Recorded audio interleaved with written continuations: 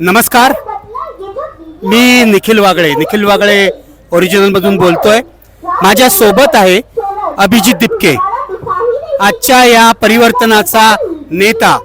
उपोषणाला बसलेला आहे अभिजित, आणि अभिजितला मी पूर्वीपासून ओळखतो. अगदी 2019 पासून अमेरिकेत असताना बोलणं झालं होतं. आज इथे त्याला नेतृत्व करताना मी पाहतोय. अभिजित, पहिल्यांदा माझ्या खूप खूप शुभेच्छा. तू ज्या पद्धतीने लीड केलंयस ना, त्याला जय भीमच म्हणायला पाहिजे. भीमाचा माणूसच असं करू शकतो. आणि ही जी गर्दी जमली आहे, आजपर्यंत लोक जे म्हणत होते गर्दी नाही, so you have proved your self. तर मला हे विचारायचं आहे, काल सकाळी जे काय झालं, पोलिसांनी उचलून नेलं अक्षरशः पांढऱ्या कपड्यातून, विच वॉज शेमफुल.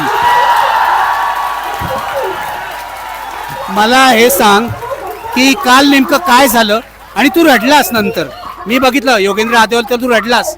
आतापर्यंत तुला कधी रडताना बघितलं नव्हता. तर काय नेमकं झालं? 6:30ला सोनम सर आणि मी उठलो. आम्ही दोघं चर्चा करत होतो 6:30 वाजता सकाळी, की 20 तारखेचा मार्च जो आहे तो कसा केला पाहिजे, काय केला पाहिजे. कारण की सरांचं आमचं रुटीन असं ठरलेलं, आम्ही दोघं इथं झोपतो आणि रोज सकाळी उठल्यावर मी त्यांना विचारत असतो, सर तुमची तब्येत कशी आहे. आणि ते मला एकच प्रश्न विचारतात, माझी तब्येत सोड, 20 जुलैची तयारी कशी आहे ते सांग. तर कालही तसं झालं. मी त्यांना म्हणलं, सर तब्येत कशी आहे, 21वा दिवस आहे आज. तर ते म्हणे तब्येत ठीक आहे, ते सगळं सोडून दे म्हणे. मला सांग म्हणे की 20 जुलैचा जो मार्च आहे त्याच्यासाठी किती लोक येणार आहेत, कोणत्या कोणत्या राज्यातून येणार आहे, कसं तुम्ही लोकांना कॉन्टॅक्ट केले आहेत. म्हणलं सर आता लोकांना कॉन्टॅक्ट करायची गरज नाही राहिलेली आहे, लोक स्वतःहून येत आहेत म्हटलं. कारण की मी बरेच इंस्टाग्रामवर पाहतोय, ट्विटरवर पाहतोय, लोक स्वतःहून तिकीट काढतायत आणि पोस्ट करतायत की मी निघालो जंतर मंतरला. तर मग ते आमचं साधारण बोलणं झालं. आणि 7 वाजता मी सरांना बोललो, सर मी आता घरी जातो म्हणलं. अनिशच्या घरी, अनिश गावंडे जे स्पोक्सपर्सन आहे NCPचे, माझा चांगला मित्र आहे तो. तर मी म्हटलं सर मी त्याच्या घरी जातोय आंघोळीला, आणि मी एक आंघोळ करून लगेच वापस येईल अर्ध्या तासात. तर मी इथून निघालो. निघून मला 10 मिनिटांनी झाले. अनिशच्या घरी पोहोचताच मला फोन आला की सोनम सरांना उचलायला पोलीस आलेत. तर मग मी तिथून निघायचा प्रयत्न केला लगेच, जसं पोलिसांनी तुझ्यावर लक्ष ठेवलं. मी इथून निघताच पोलीस 2 मिनिटाच्या आत तिथं घुसले. आणि जसंच मी तिथं गेलो, मग तिथून मी निघायचा प्रयत्न केला. तिथं मी निघायचा जेव्हा प्रयत्न केला तेव्हा 5-6 पोलिसांनी मला अडवलं. आणि मी त्यांना विचारलं, तुम्ही मला का अडवतात, मला जाऊ द्या जंतर मंतरला. त्यामुळे तुला आता जंतर मंतरला आम्ही जाऊ नाही देऊ शकत. म्हटलं का नाही, म्हणजे तुला जाऊ देऊ नाही शकत. तरी मी जबरदस्ती निघायचा प्रयत्न केला. तर त्यांनी मला पकडलं, मला पाठीत बुक्क्या मारल्या, पोटात बुक्क्या मारल्या त्यांनी. आणि म्हणलं तुम्ही मला मारता काय म्हणलं. तर मग मी तेव्हा हेल्पसाठी आवाज उठवला. एक सेकंड, हे बंद करतो. तेव्हा मी मदतीसाठी जेव्हा आवाज उठवला तेव्हा माझं तोंड दाबून त्यांनी मला गेटच्या आत घेऊन गेले. आणि मला तोंड दाबून 4-5 लोकांनी पकडून गेटच्या आत घेऊन गेले. मला जसं काय एखादा मी आतंकवादी आहे, मला तसं गेटच्या आत घेऊन मला अनिशच्या बिल्डिंगच्या बेसमेंटमध्ये ते मला घेऊन गेले. आणि माझा फोनही हिसकावून घेतला. म्हणलं माझा फोन तर द्या मला. तर नाही म्हणलं, तुला फोनही देणार नाही. आणि नंतर अर्ध्या तासानंतर येतात आणि म्हणतात, हा तू आता जाऊ शकतो, तुला जिकडे जायचंय. म्हणजे त्यांनी तुला डिटेन केलं असं हे किडनॅपिंग होती प्रॉपर. हे प्रॉपर किडनॅपिंग सारखं होतं. पोलीस किडनॅप मी. मला मारलंही त्यांनी, मला पोटात आणि पाठीत बुक्क्या घातल्या त्यांनी. आणि अशा बुक्क्या घातल्या ती ओळखून न्यायला पाहिजे, बरोबर त्यांनी हे केलं. आणि नंतर मी CCTV जेव्हा मागवायचा प्रयत्न केला अनिशकडून, तेव्हा माहिती पडलं की पोलिसांनी आधीच सेटिंग लावून ठेवली होती. तिथं CCTVचाही फुटेज त्यांनी येऊन दिला आमच्याकडं. बंद, सगळं सुनियोजित होतं, सगळं पूर्ण. पण सोनम सरांना उचललं तेव्हा सुद्धा त्यांची भाषा वाईट होती. सोनम सरांना, अबे साले तेरा बहुत हो गया, तुझे बहुत दिनों से देख रहे हैं. साले तेरा बहुत हो गया. हाँ, उठ यहाँ से. आणि जे सोनम सर म्हणजे एवढे बारीक आहे, ते तुम्ही पाहिले, ते आधीच एवढे बारीक. त्याच्यात ते 20 दिवसाचं उपोषण करून त्यांचं 10 किलो वजन कमी झालेलं. अशा माणसाला उचलायला एवढी सगळी फोर्स आली. जवळपास 70-80 लोक त्यांना उचलायला आले एका माणसाला. जर तुम्हाला खरंच सोनम सरांची काळजी होती तर मग ते पांढऱ्या बेडशीट घेऊन का आले? एवढे 70-80 लोक का घेऊन आले? सोनम सरांचं आताच त्यांच्या वाईफ सोबत माझं बोलणं झालंय थोड्या वेळ आधी तुमच्या इंटरव्ह्यूच्या. त्यांची वाईफ मला सांगत होती, आता 5 मिनिटं आधी बोलणं झालं, गीतांजली मॅम मला सांगत होत्या की सोनम सरांना ह्या लोकांनी इलिगली हॉस्पिटलमध्ये डिटेन केलेलं आहे, त्यांच्यावर कोणताही उपचार चालू नाही आहे. कारण की सोनम सर सरळ त्यांनी सांगितलं, सोनम सर स्वतः म्हणले की त्यांच्यावर कोणताही उपचार करू नये, त्यांचं उपोषण सुरू राहील.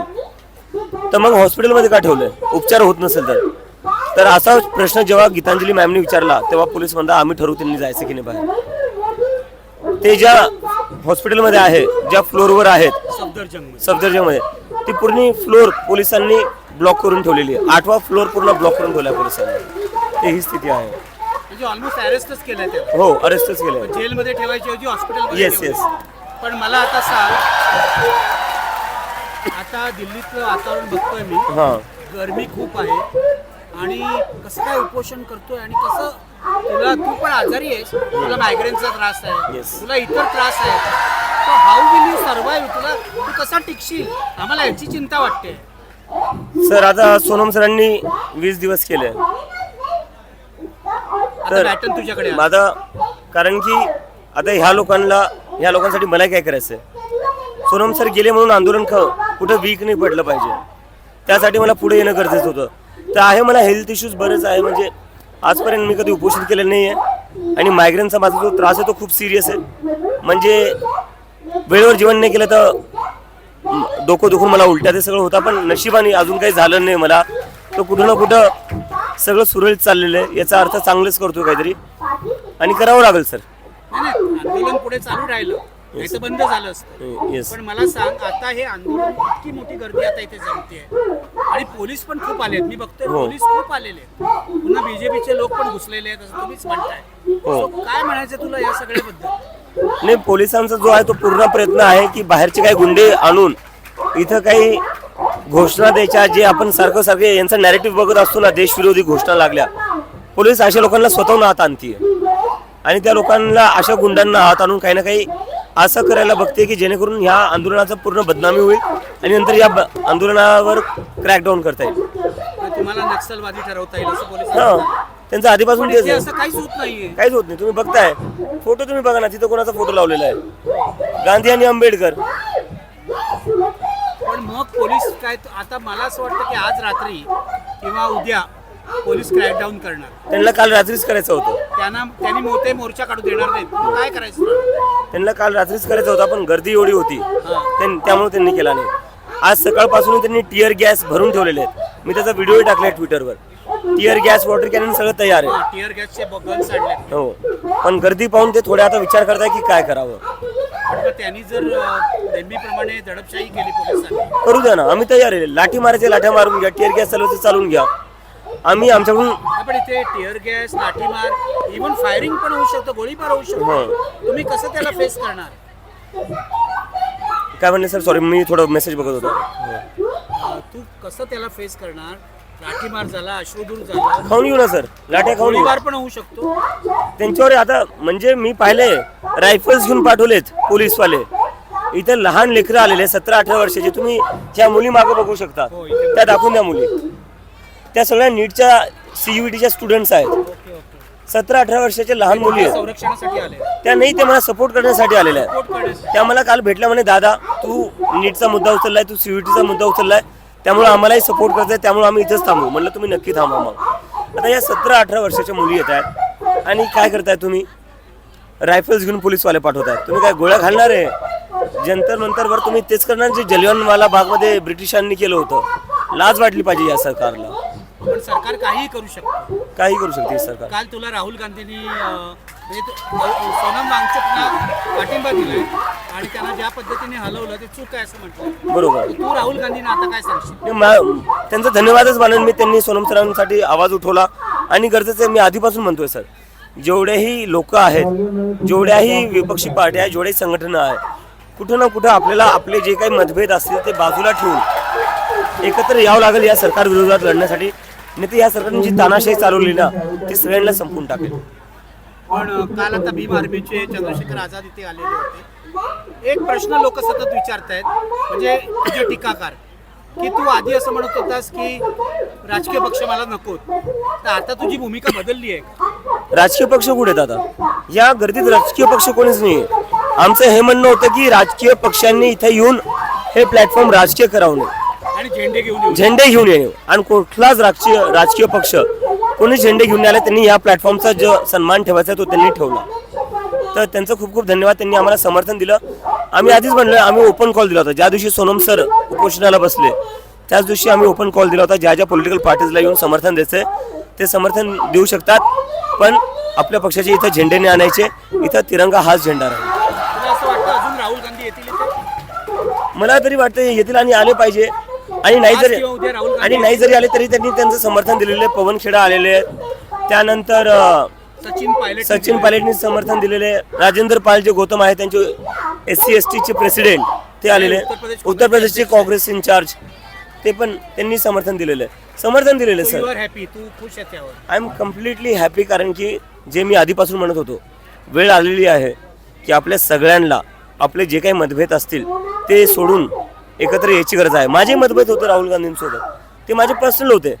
त्यांचा मी काय म्हणजे दुसऱ्या याच्याने काय माझं काय त्यांची पर्सनल भांडण नाही आहे, पण ते काही जे कमेंट्स होते ते माझे पॉलिटिकल ओपिनियन्स होत्या. पण ही मूव्हमेंट त्यापेक्षा खूप मोठी आहे हे मला समजतं, याची मला जाणीव आहे. आणि या मूव्हमेंटसाठी जी जबाबदारी माझ्यावर पडली आहे त्या जबाबदारीसाठी मला माझे जे पर्सनल बायस आहे, पर्सनल ओपिनियन्स आहे ते बाजूला ठेवावं लागतील आणि मी ते ठेवले. मला सांग, उद्याचा मोर्चा आहे, आज असं वास्तवी शक्य झालं तर वांगचूक पण येणार आहे किंवा गीतांजली वांगचूक मोर्चाला लीड करणार आहे तुझ्या बरोबर. काय म्हणणं आहे, तू काय सांगशील लोकांना मोर्चाबद्दल? मला लोकांना फक्त एकच म्हणायचं आहे, पोलिसांनी जे सोनम सरांना उचललं ते त्यांनी यामुळे उचललं कारण की सकाळी 7 वाजता इथं गर्दी नव्हती आणि मी इथं उपस्थित नव्हतो. मी आंघोळ करायला 10 मिनिटासाठी गेलेलो होतो. पण जशीच गर्दी आली त्यानंतर पोलिसांची हिंमत नाही झाली ही आंदोलनात संपवण्याची. आज रात्रीपासून लोकांनी इथं बसले पाहिजे, कारण की हे आंदोलन आता फक्त सोनम सरांचं किंवा माझं राहिलं नाही. सोनम सरांना उचलून नेलं त्यानंतर मी पुढे आलो. आज जर मला उचलून नेलं तर आता हे आंदोलन या लोकांना चालवायचं आहे. आणि जर मला उचलून नेलं तर हे आंदोलन प्रत्येक देशभरातील लोकांनी जंतर मंतरला आता आलंच पाहिजे. आणि ज्या लोकांना जंतर मंतरला येणं शक्य नाही आहे त्यांनी आपल्या आपल्या राज्यात आपल्या डिस्ट्रिक्टमध्ये एक जंतर मंतर आपल्या डिस्ट्रिक्टमध्ये एक जंतर मंतर तयार करावं आणि असं शांतीपूर्ण प्रदर्शन करावं. शांतीपूर्ण प्रदर्शन झालं पाहिजे ही माझी एक कंडिशन आहे. पोलिसांनी तुला उद्या अरेस्ट केलं तर तू काय करणार? पोलिसांनी मला जरी अरेस्ट केलं तरी या लोकांना काय करतील ते? आता हे आंदोलन देशभर केलेलं आहे सर. नाही, पण उद्या मोर्चाच काढू दिला नाही तर आम्ही मोर्चा काढून राहू. पोलिसांना जर आम्हाला the only way they can stop is by arresting us, तर त्यांना आम्हाला अरेस्टच करावं लागेल. त्याची तुम्हाला तुमची तयारी आहे? आमची तयारी पण आहे. हे आंदोलन पुढे चालू राहील sir.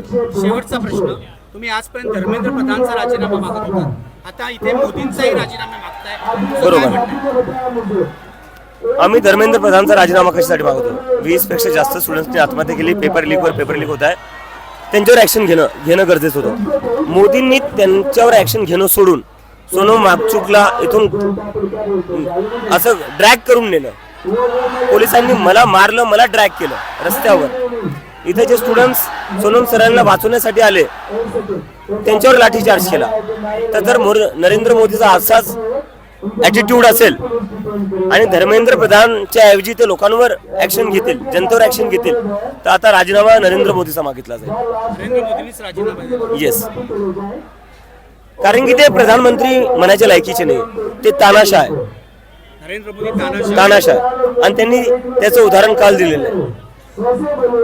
Abhijit, thank you very much and all the best. तुमचं हे आंदोलन जे आहे, मी अण्णांचं आंदोलन बघितलं, मी JPचं आंदोलन बघितलं, हे आंदोलन इतिहासात लिहिलं जाईल. धन्यवाद सर. जय भीम. जय भीम सर. जय भीम. अनुजा आलेली आहे.